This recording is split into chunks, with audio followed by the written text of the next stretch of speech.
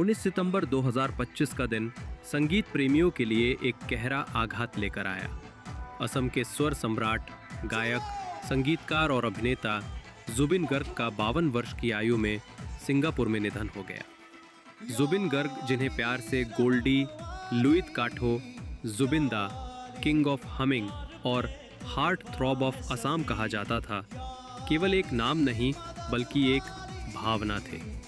उनकी आवाज में वो जादू था जो सीधे दिल को छू जाता था और हर इंसान की आत्मा तक पहुंच जाता था। अपने 3 दशक लंबे करियर में उन्होंने 40 से अधिक भाषाओं में 40,000 से ज्यादा गीत गाए।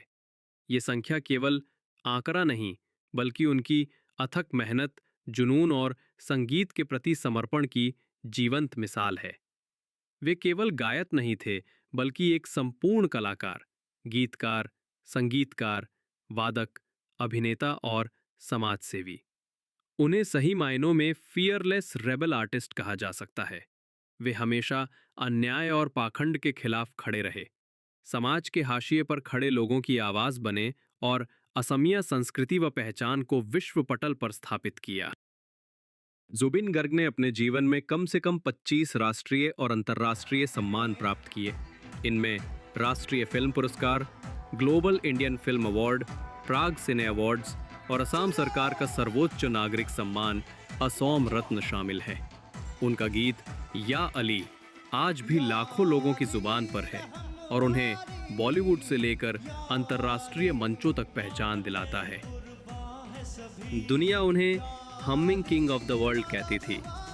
उनका अनोखा अंदाज, गुनगुनाने की मधुर शैली और आत्मीयता से भरे गीत आज भी करोड़ों दिलों को छूते हैं।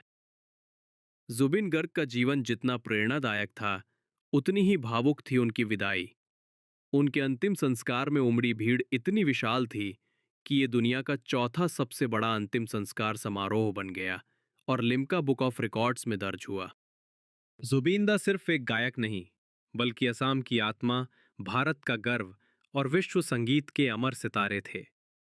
आप चले गए, लेकिन आपकी आवाज, आपकी धुनें और आपकी आत्मा हमेशा हमारे दिलों में जीवित रहेगी। जुबिन गर्ग का जीवन हमें ये सिखाता है कि सच्ची कला सिर्फ सुरों और ताल में नहीं होती, बल्कि समाज के लिए जीने और दूसरों की भलाई में भी होती है।